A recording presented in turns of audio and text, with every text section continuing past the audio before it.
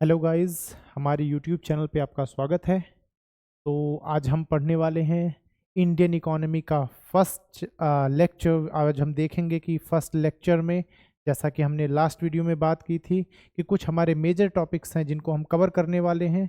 तो हमारा जो फर्स्ट लेक्चर है वो पहले टॉपिक को कवर करता है, जो कि है इंट्रोडक्शन ऑफ इकोनॉमी। तो हम ये देखेंगे कि इकोनॉमी होती क्या है, ये वर्ड का ओरिजिन कैसे हुआ और इसमें बेसिक्स क्या होते हैं इंडियन इकोनॉमी के।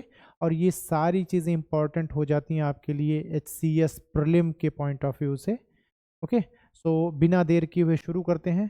तो ओके, सो जैसा कि अब यहाँ पे देख सकते हैं कि what is economy. So economy को जानने से पहले हम इस वर्ड को देख लेते हैं कि जो ये इकोनॉमी वर्ड है ये कैसे बना। तो ये वर्ड दो ग्रीक वर्ड से बना हुआ है। The first one is oikos and the second one is nemein. Oikos का मतलब होता है हाउस, जिसको हम घर बोलते हैं, हाउस। और नेमीन का मतलब होता है मैनेज। तो हाउस को मैनेज करना बेसिकली। इनको अगर हमने मर्ज कर दिया तो इट इज कॉल्ड एज ओइकोनोमिया। ओइकोनोमिया का मतलब होता है कि हाउस होल्ड्स को मैनेज करना।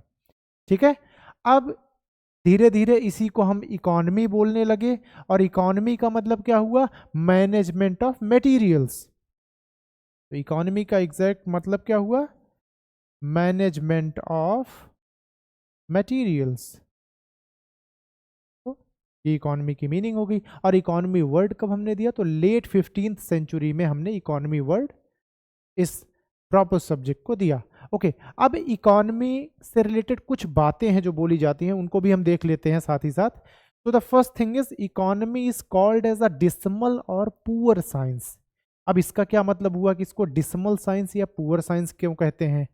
तो डिसमल या पुअर साइंस का सिंपल सी मतलब है कि ये साइंस के जो रूल्स होते हैं उसको फॉलो नहीं करता है। एग्जाम्पल के लिए बात करें, जैसे अगर हम न्यूटन के लॉज की बात करें, तो जो न्यूटन के तीनों लॉज हैं वो आप इंडिया में अप्लाई कर लो, USA में अप्लाई कर लो, ऑस्ट्रेलिया में अप्लाई कर लो, हर जगह पे वो रूल सेम ही अप्लाई हो रहे होंगे। बट इकोनॉमी के आप संदर्भ में ये बात नहीं कह सकते कि सेम ही रूल्स हर जगह अप्लाई होंगे। जैसे अगर इंडिया में महंगाई बढ़ रही है, उसके लिए हमने कुछ भी रूल्स अपनाए, तो ज़रूरी नहीं है कि वो सेम रूल हमें कहीं फॉरेन कंट्रीज़ में लाइक ऑस्ट्रेलिया में, USA में भी सेम रूल से हमें वैसा ही आउटकम मिल जाए। तो ये एक सिंपल सिद्धांत को फॉलो नहीं करता, इसीलिए हमने इसको डिसमल या पुअर साइंस बोला। एक और रीज़न ये था इसको डिसमल या पुअर साइंस बोलने का, क्योंकि 2008 में एक क्राइसिस हुआ था USA में, जिसको बोला गया सब prime mortgage crisis. Mortgage crisis आने वाली वीडियोस में ये भी चीज़ें हम पढ़ेंगे। बट ये जो क्राइसिस हुआ था, इकोनॉमी उसको प्रिडिक्ट नहीं कर पाया, इसीलिए हमने इसको एक पुअर या डिसमल साइंस बोला, क्योंकि अगर ये साइंस होता तो ऐसी आने वाले क्राइसिस को ये प्रिडिक्ट कर पाता। ओके, ये चीज़ हम आगे पढ़ेंगे, बट आपको एक आइडिया के लिए बता देता हूँ कि सब प्राइम मोर्टगेज क्राइसिस कुछ नहीं था। बैंक्स ने इतना ज़्यादा लोन दे दिया USA में कि उनकी इकोनॉमी कोलैप्स होने के कगार पे आ गई। इतना ज़्यादा लोन दे दिया लोगों को कि उसको रिकवर ही नहीं कर पाया और इकोनॉमी कोलैप्स होने के कगार पे आ गई। तो ये था सब prime mortgage crisis. Okay, then second thing is, अब इकोनॉमी और इकोनॉमिक्स दो अलग अलग चीज़ होती हैं। हमने स्टार्टिंग की वीडियो में ही बात की थी कि इकोनॉमी और इकोनॉमिक्स, हम इंडियन इकोनॉमी पढ़ रहे हैं ना कि इकोनॉमिक्स। दोनों में डिफरेंस क्या होता है यहाँ पर लिखा हुआ, आप क्लियरली इससे समझ सकते हो कि इकोनॉमी इज प्रैक्टिकल यूज और इकोनॉमिक्स जो है वो थ्योरेटिकल या प्रिंसिपल्स है। तो जो इकोनॉमी प्रिंसिपल या थियरीज देता है उन्हीं को जब हम अप्लाई करते हैं तो उसको इकोनॉमी बोला जाता है। तो इसको हम बोल सकते हैं कि economy is economics in action. ये हम बोल सकते हैं कि इकोनॉमी इकोनॉमिक्स को एक्शन में लाना है। That's it, that's economy. Okay, अब हम आगे देखते हैं। तो our next topic is what is micro and micro. Micro and micro, जैसा कि नाम से पता चल रहा है कि माइक्रो होगा तो बहुत छोटी चीज की बात की जा रही होगी, और अगर कोई चीज मैक्रो होगी तो वो थोड़ी सी बड़ी बात हो रही होगी, है ना। जैसे एग्जांपल दूं, माइक्रो का मतलब मैं एक पेड़ की बात कर रहा हूं, मैक्रो की अगर बात करूं तो मैं पूरे जंगल की बात कर रहा हूं। ठीक है, कुछ पॉइंट्स से इससे रिलेटेड वो देख लेते हैं। माइक्रो इकोनॉमी क्या होता है, यहाँ पे इंडिविजुअल्स की बात की जाती है। जैसे अगर मैं किसी के इनकम की बात करूंगा तो मैं इंडिविजुअल इनकम की बात करूंगा। Next thing, demand and supply. अब यहाँ पे लेबर की डिमांड और सप्लाई को देखा जाता है कि कितनी डिमांड और कितनी सप्लाई है लेबर्स की। वही सेम चीज, और ये किस पे, स्मॉल स्केल पे, कि जैसे किसी एक फैक्ट्री के लिए, एक कंपनी के लिए। Okay, next thing is demand and supply of goods. तो कितनी गुड्स की डिमांड एंड सप्लाई है स्मॉल स्केल पे, कुछ लोगों के लिए, मे बी 100, 50, 10, 20 लोगों के लिए हम कितने डिमांड और सप्लाई क्या है गुड्स की, वो देखते हैं स्मॉल स्केल पे। Next thing is macro. Macro economy, ये वर्ड किसने दिया था, ये वर्ड दिया था जॉन मिनार्ड कीन्स, एक लेजेंडरी इकोनॉमिस्ट। तो इन्होंने ये वर्ड दिया था माइक्रो इकोनॉमिक्स। और माइक्रो इकोनॉमिक्स की बात किस बुक में की थी, वो बुक थी theory of employment, interest and money, 1936। Okay, इस बुक में इन्होंने माइक्रो इकोनॉमी की बात की थी। तो ये माइक्रो इकोनॉमी का टर्म जॉन मिनार्ड कीन्स से रिलेटेड है। Okay, now the first thing is national, NATL, this is the short form of national. तो यहाँ पे हम इंडिविजुअल इनकम की बात करते हैं, यहाँ हम कंप्लीटली नेशनल इनकम की बात करेंगे कि पूरे राष्ट्र की इनकम कितनी, पूरे राष्ट्र की आय क्या है। सेकेंड थिंग हम क्या देखेंगे, यहाँ पे हम बात करते हैं demand and supply of labour, यहाँ हम एम्प्लॉयमेंट देखेंगे। दिस इज इकोनॉमी, कि इकोनॉमी में एम्प्लॉयमेंट कितने लोगों को मिला हुआ है। इकोनॉमी, आप सोचो, एक पूरे बड़े लेवल की बात हो रही है, पूरे कंट्री की बात हो रही है, यहाँ छोटे लेवल पे बात हो रही है। And the third point, this is aggregate demand and supply of goods. यहाँ पे देखो हमने बोला था demand and supply of goods मतलब एक स्मॉल स्केल पे, यहाँ पे एग्रीगेट की बात होगी। एग्रीगेट का मतलब क्या होता है, टोटल, पूरे कंट्री में डिमांड एंड सप्लाई गुड्स की कितनी, हम उसको देखते हैं मैक्रो इकोनॉमिक्स में। तो आई होप ये क्लियर है माइक्रो और मैक्रो का डिफरेंस। नेक्स्ट टॉपिक पे आते हैं अपने, इकोनॉमिक सिस्टम्स। कितने तरह के इकोनॉमिक सिस्टम अभी हाल फिलहाल यूज हो रहे हैं। तो जनरली आप देखोगे कंट्रीज मिक्स्ड इकोनॉमी यूज कर रही हैं। रीजन क्या था उसका, ये भी देख लेते हैं हम जल्दी से।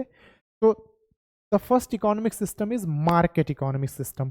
This was the first formal economic system. पहली फॉर्मल इकोनॉमिक सिस्टम की अगर बात की जाए तो वो ये था, this market economic system. Okay, अब इसमें कुछ मेजर चीजें हैं जिनको हम देख लेते हैं।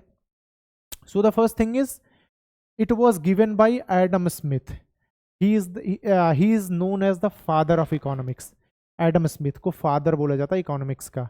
अगर आप देखोगे तो चाणक्य ने, जो सबसे पहली बुक अगर आपको मिलती है, चाणक्य ने भी अर्थशास्त्र लिखी थी, बट उसमें ज़्यादातर आप अगर देखोगे तो उसमें राजा के बारे में लिखा हुआ है कि कोई राजा कैसे गवर्न करे, राज कैसे करे, है ना।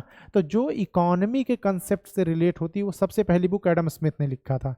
ठीक है, तो Adam Smith is the father of economy, इनको फादर बोला गया इकोनॉमी का।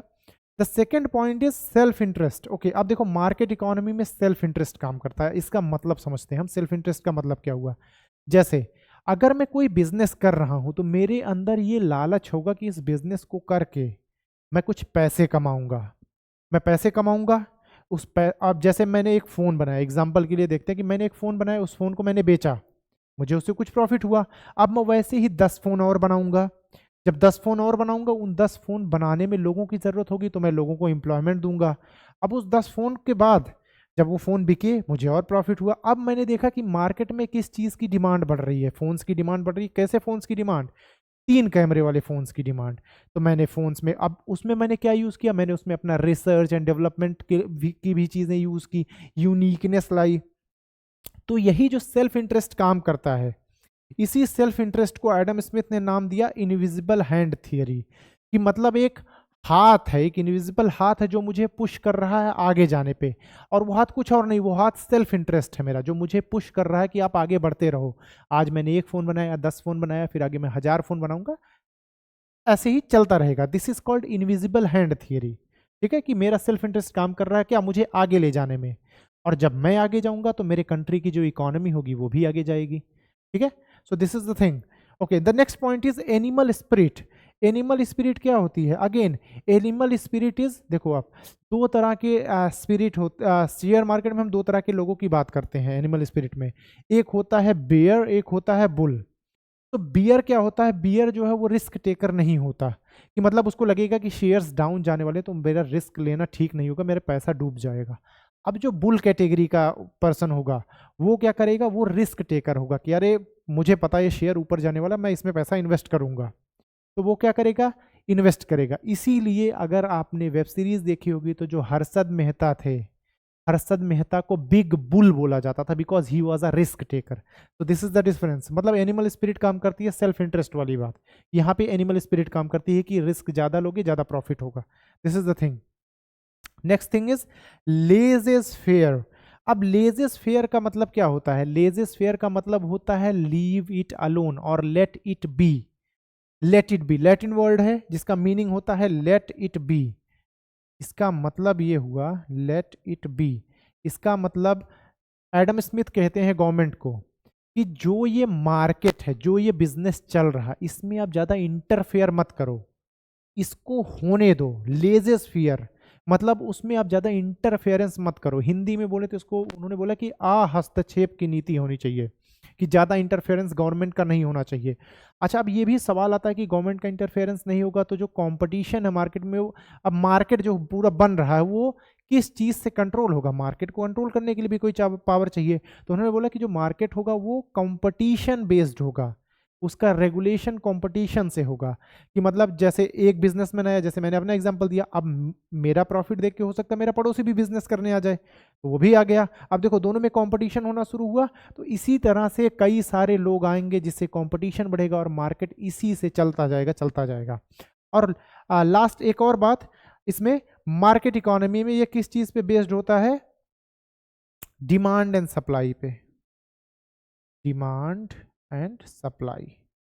जिस चीज की डिमांड होगी उस चीज का प्रोडक्शन ज्यादा होगा, और जिस चीज का प्रोडक्शन ज्यादा होगा उस हिसाब से आपकी प्रॉफिट बनती रहेगी। जैसे फोन्स की नीड है तो मैं ज्यादा फोन्स का प्रोडक्शन करूंगा, कल को किसी और चीज की, जैसे कोविड के टाइम पे सैनिटाइजर की नीड थी तो मैंने सैनिटाइजर्स बनाने शुरू कर दिए, मास्क की नीड आई तो मैंने मास्क। तो मार्केट इस तरह से ड्रिवन होता है, डिमांड एंड सप्लाई बेस्ड। अच्छा, अब ये तो सारी पॉजिटिव बातें होगी मार्केट इकोनॉमी की। अब दिक्कत ये आई कि यहाँ पे कुछ प्रॉब्लम्स भी थी मार्केट इकोनॉमी की। द पहली प्रॉब्लम क्या थी? यहाँ पे जो अमीर था वो अमीर होता जा रहा था, जो गरीब है वो गरीब होता जा रहा है। ठीक है, जैसे मैं अगर बिजनेस कर रहा हूं तो मुझे लेबर की नीड होगी। अब अगर क्या हो कि मैं इकलौता बिजनेसमैन हूं या दो तीन मेरे जैसे और बिजनेसमैन हैं, अब यहाँ पे मिनिमम वेजेस की बात नहीं की गई कि लेबर को कितना पैसा दिया जाना चाहिए, तो सिर्फ बिजनेसमैन की बात कर रहा है ना, ये उन लोगों की तो बात ही नहीं कर रहा जो लेबर्स हैं, उनके लिए भी कुछ वो राइट्स की बात करता, ये सारी बातें करता। तो ये कुछ मेन प्रॉब्लम्स थी मार्केट इकोनॉमी की। तो इसीलिए मार्केट इकोनॉमी जो है वो धीरे धीरे फेल हो गई। और मार्केट इकोनॉमी का अगर आपको पता करना है कि सबसे पहला यूज, तो यूएसए था मार्केट इकोनॉमी के सबसे पहली बार यूज करने वाला। अब धीरे धीरे मार्केट इकोनॉमी से हम कहां पर पहुंच गए? Non market economy. ये सारी प्रॉब्लम्स कौन बैठकर देख रहा था? नॉन मार्केट इकोनॉमी के फादर बोले जाने वाले Karl Marx. Karl Marx, okay, Karl Marx ये चीज सारी चीजें बैठ के देख रहे थे कि किस तरह मार्केट इकोनॉमी लोगों का खून पी रही है। उन्होंने देखा, उन्होंने बोला है गलत बात, मार्केट इकोनॉमी सही नहीं है, आप नॉन मार्केट इकोनॉमी पे आओ। नॉन मार्केट इकोनॉमी क्या थी जल्दी से समझ लेते हैं। इसमें दो तरह की इकोनॉमीज की बात की गई, सोशलिस्ट और कम्युनिस्ट। सोशलिस्ट क्या होगा? जिसमें स्टेट क्या ओन करेगा? सोशलिस्ट मतलब समाजवादी की बात की जा रही है, थोड़ी समाज की बात की गई, इसमें सोसाइटी की बात की गई, जहां स्टेट क्या करेगा? सिर्फ नेचुरल रिसोर्सेज को, जैसे जंगल हो गया, नदियां हो गई, ये सारी चीजें उनको स्टेट ओन करेगा, बाकी चीजों पे ओनरशिप किसकी होगी? समाज की होगी। कम्युनिस्ट क्या होगा? स्टेट सब कुछ ओन करेगा, इवन लेबर भी स्टेट ही डिसाइड करेगा, कितना प्रोड्यूस करो, कितना कब प्रोड्यूस करो, कितने लोग हो, ये सारी चीजें स्टेट डिसाइड करेगा। तो यहाँ पे स्टेट। अब सोशलिस्ट का एग्जांपल आपको देखना है तो यूएसएसआर, और कम्युनिस्ट का एग्जांपल आपको देखना है तो China. These were early economies जिन्होंने इसको अपनाया। अब एक और चीज देखते हैं, सोशलिस्ट और कम्युनिस्ट अगर इस तरह से आपको नहीं समझ में आता है, एक एग्जांपल देता हूँ। जैसे सोशलिस्ट क्या होगा? स्टेट क्या बोलेगा? जैसे मेरे पास दो बाइक हैं और मैं कहीं जॉब पे जाता हूँ तो एक बाइक मेरी खड़ी रहती है, तो सरकार क्या बोलेगी कि जो आपकी एक बाइक खड़ी है इसको आप अपने फ्रेंड को दे दो, वो भी नौकरी पे जाया करेगा। तो इससे क्या होगा? लोगों का भला हो जाएगा कि आपका भी काम हो रहा है, उसका भी काम हो रहा है। अब यही सोचो, ये सोशलिस्ट का एग्जाम्पल हो गया। अब कम्युनिस्ट में सरकार क्या बोलेगी? कहेगी नहीं, तो आप अपनी दोनों बाइक मुझे दे दो, और आपको जॉब पे ही जाना ना, मैं आपको बस देता हूँ, कि मतलब मैं आपको बस प्रोवाइड करता हूँ, आप रोज बस में बैठो और जॉब तक जाओ, आप पूरा चीजें मुझे दे दो, मैं आपके लिए काम करूंगा। This is what communist is. Okay, अच्छा, आप कुछ इसके मेन बिलीव्स देख लेते हैं नॉन मार्केट इकोनॉमी के। The first one is no property rights, किसी को भी प्रॉपर्टी के राइट्स नहीं होंगे। ठीक है, क्योंकि कार्ल मार्क्स ये मानते हैं कि अगर आप प्रॉपर्टी राइट्स किसी को दे देते हो, जैसे मतलब संपत्ति का अधिकार किसी को नहीं होगा कि जैसे मेरी इनकम 1 लाख तो मेरी संपत्ति 1 लाख, किसी की इनकम 5,000, किसी का कुछ नहीं होगा, सब इक्वल बटेगा, सिंपल सी बात। किसी का कुछ भी ओन नहीं होगा, सब कुछ इक्वली बटेगा सब में, ठीक है। एग्जाम्पल के लिए उन्होंने कुछ चीज़ें बोली, उन्होंने बोला कि ये जो प्रॉपर्टी राइट्स है ना, ये एक्सप्लॉइट करते हैं किसको? प्रोलेटेरिएट्स को। तो प्रोलेटेरियट्स उन्होंने किसे बोला? प्रोलेटेरिएट उन्होंने किसी और को नहीं बल्कि लेबर को बोला, लेबर को। हिंदी में अगर इसको बोलूं तो उन्होंने बोला ये सर्वहारा वर्ग है जिसका शोषण सब लोग कर रहे हैं, लेबर्स का। तो प्रोलेटेरिएट वर्ड उन्होंने यूज किया लेबर्स के लिए। और बोर्जुए इसको बोलते हैं, हम प्रोनाउंस करते हैं बूजबाजी, ठीक है। अब इसका प्रोनाउंसिएशन सब अपने हिसाब से करते हैं, बट अगर आप इसका एग्जैक्ट प्रोनाउंसिएशन देखोगे तो इट इज कॉल्ड एज बूजबाजी, जिसका मतलब होता है कौन? जो कम लोग हैं, जो बिजनेसमैन हैं, इन हिंदी में बोले तो जो अल्पसंख्यक हैं, तो जो लोग कम हैं, ठीक है ना, तो उनको इन्होंने बोला बूजबाजी। तो उन्होंने बोला कि ये जो कम लोग हैं, बिजनेसमैन जैसे लोग, उनको ये प्रॉपर्टी राइट्स क्या कर रहे हैं? उनके लिए फेवर में है। और ये किसका एक्सप्लॉइटेशन कर रहे हैं या किसका ये लोग ज्यादा शोषण कर रहे हैं? लेबर का शोषण कर रहे हैं, और ये जो बिजनेसमैन हैं उनको ज्यादा जो है ये लोग बेनिफिट दे रहे हैं। तो इसीलिए प्रॉपर्टी राइट्स होने ही नहीं चाहिए। नेक्स्ट पॉइंट देखते हैं। अब जब मुझे एक बात बताओ, नॉन मार्केट नाम ही हो गया, जब मार्केट ही नहीं है तो डिमांड एंड सप्लाई की बात ही नहीं आती। तो ना तो मार्केट होगा और मार्केट नहीं होगा तो डिमांड एंड सप्लाई नहीं होगा। और लास्ट वाली जो बात होगी, स्टेट डिसाइड करेगा कि कितना प्रोडक्शन होगा, कब प्रोडक्शन होगा, कौन प्रोडक्शन करेगा, ठीक है। ये सारी बातें कौन डिसाइड करेगा? स्टेट डिसाइड करेगा। हमने यहाँ पे पहले ही देख लिया था कि स्टेट ही मोस्टली जो है डिसीजंस लेगा। This is the non market economy. पहले में एडम स्मिथ ने क्या बोला? स्टेट इंटरफियर ही ना करे। सेकंड में इन्होंने सारी पावर स्टेट को दे दी। अब इससे क्या प्रॉब्लम हुई? इसकी प्रॉब्लम्स देखते हैं नॉन मार्केट इकोनॉमी की। स्टेट ही सबसे बड़ा शोषणकर्ता बन के सामने आ गया। अब अगर आप मुझे सारी पावर्स दे दोगे, अगर मैं ही राजा बन गया, किसी और के पास पावर ही नहीं, तो मैं शोषण करना शुरू कर दूंगा। सिंपल सी बात है, जो मेरा मन होगा मैं वो करूंगा। तो इससे प्रॉब्लम कहाँ शुरू हुई? पहली बात तो एलोकेशन जो थी रिसोर्सेज की, वो गलत तरीके से मिलना शुरू हो गई। जो जिसको ज़रूरत थी उसको मिली ही नहीं। स्टेट ने जो उनके फेवरेट्स थे उनको रिसोर्सेज ज़्यादा प्रोवाइड करने शुरू कर दिए। तो यहाँ पे क्या होगा? स्टेट की मोनोपोली होनी शुरू हो गई। इसीलिए ये नॉन मार्केट सिस्टम भी फेल हो गया। उसके बाद आते हैं जेएम कीन्स। हमने बात की थी अभी जॉन मिनार्ड कीन्स की। जेएम कीन्स उन्होंने बोला कि कुछ नहीं, आप आओ जो है मिक्स्ड इकोनॉमी देखो। Mixed economy is nothing but it is a perfect blend of market and non market economy. मतलब एक परफेक्ट ब्लेंड बना दिया, एक घोल बना दिया दोनों का, मार्केट और नॉन मार्केट इकोनॉमी का। जो जो अच्छी बातें हैं दोनों में से वो हमने ले ली। क्या क्या चीजें ली? पहले तो हमने बोला कि जो भी मार्केट होगा वहां पे कौन कौन लोग होंगे? पब्लिक और प्राइवेट दोनों होंगे मार्केट में, ठीक है। पब्लिक प्राइवेट मतलब सरकार भी काम करे, प्राइवेट सेक्टर भी काम करे, दोनों साथ मिलकर काम करें। नेक्स्ट पॉइंट हमने क्या बोला? जो प्राइवेट गुड्स हैं, जैसे जो हमारी डेली नीड की चीजें हैं, दूध, दाल, चीनी, ये सारी चीजें कौन बनाए? प्राइवेट कंपनीज बनाए, ठीक। ये जरूरत की चीजें प्राइवेट सेक्टर बनाए, जो कि हमें रोज डेली नीड की चीजें हैं। अच्छा, प्राइवेट गुड्स किनको बोलते हैं? प्राइवेट गुड्स वो गुड्स होते हैं जिनका इंपैक्ट डायरेक्ट हमारी सैलरी पे पड़ता है, कि हमें अपनी सैलरी से डायरेक्ट वो चीजें खरीदनी पड़ती हैं। Those are called private goods. Public goods कौन से होते हैं? पब्लिक गुड्स बेसिकली जो सरकार आपके लिए कर दे और हमारे सैलरी पे डायरेक्ट उसका इंपैक्ट ना पड़े। फॉर एग्जांपल जैसे ट्रेन, सरकार ने कोई रेल चलाई हमारे लिए, बट आप देखो ना कि उसका हमारी सैलरी से थोड़ी उसमें पैसा जा रहा है। अब उस ट्रेन में हम जब सफ़र करेंगे, सर्विस लेंगे, तो हम उसका चार्ज पे करेंगे, बट ट्रेन बनी, बसेस बनी, इसका हमने कोई पेमेंट नहीं किया। So those are called public goods.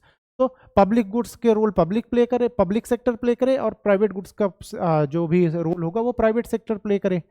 अब यहाँ पे एक और बात कहेगी कि जो ये प्राइवेट गुड्स हैं, ऐसा नहीं कि पब्लिक या सरकार की कोई कंपनी ये गुड्स नहीं बना सकती, सरकार भी ये काम करने के लिए फ्री है। उसी तरीके से पब्लिक गुड्स में प्राइवेट सेक्टर अगर चाहे, जैसे बहुत सारी प्राइवेट बसें चलती हैं, प्राइवेट ट्रेन तेजस चलनी शुरू हो गई, तो यहाँ पे प्राइवेट रोल प्ले करने के लिए फ्री है, और यहाँ पे पब्लिक सेक्टर रोल प्ले करने के लिए फ्री है। तो ये दोनों वाइस वर्सा, कि ये वाला रोल ये प्ले कर सकता है, ये वाला रोल ये भी प्ले कर सकता है। आई होप ये क्लियर है। नेक्स्ट देखते हैं, अब स्टेट कहाँ पे इंटरफेयर करेगा, किन चीज़ों का ध्यान स्टेट को रखना होगा। तो स्टेट किन चीज़ों का ध्यान रखेगा? एक तो टैक्स, जैसे कुछ भी खरीद या बेची जा रही है तो उस पर जो टैक्सेशन होगा वो स्टेट डिसाइड करेगा। उसके बाद स्टेट ही कंपटीशन को भी मैनेज करेगा कि ऐसा ना हो कि कंपटीशन ऐसे मार काट वाला बन जाए, एक हेल्दी कंपटीशन होना चाहिए, है ना। तो वो सारी चीज़ें स्टेट डिसाइड करेगा। और जो रेगुलेट होगा, मार्केट का जो रेगुलेशन होगा, मतलब जो भी नियम बनाए जाएंगे कि भाई ये चीज़ें बेचनी है तो इसके लिए ये नियम होगा, या इस प्रॉफिट के लिए ये नियम होगा, ये सारे नियम कौन बनाएगा? वो स्टेट बनाएगा। तो यहाँ पे स्टेट का भी देखो आप रोल आ गया, यहाँ पे प्राइवेट का भी रोल आ गया। तो basically it's public and private partnership, कि दोनों एक साथ मिलकर के काम करते हो। This is it. तो आई होप ये सारी चीज़ें क्लियर होंगी। एक बार क्विकली जो है हम देख लेते हैं हमने क्या क्या देखा। तो हमने देखा कि इकोनॉमी क्या होती है, जिसमें हमने ये सारी बातें समझी। उसके बाद हमने देखा कि माइक्रो और मैक्रो क्या होता है, जिसमें हमने माइक्रो और मैक्रो इकोनॉमी को समझा।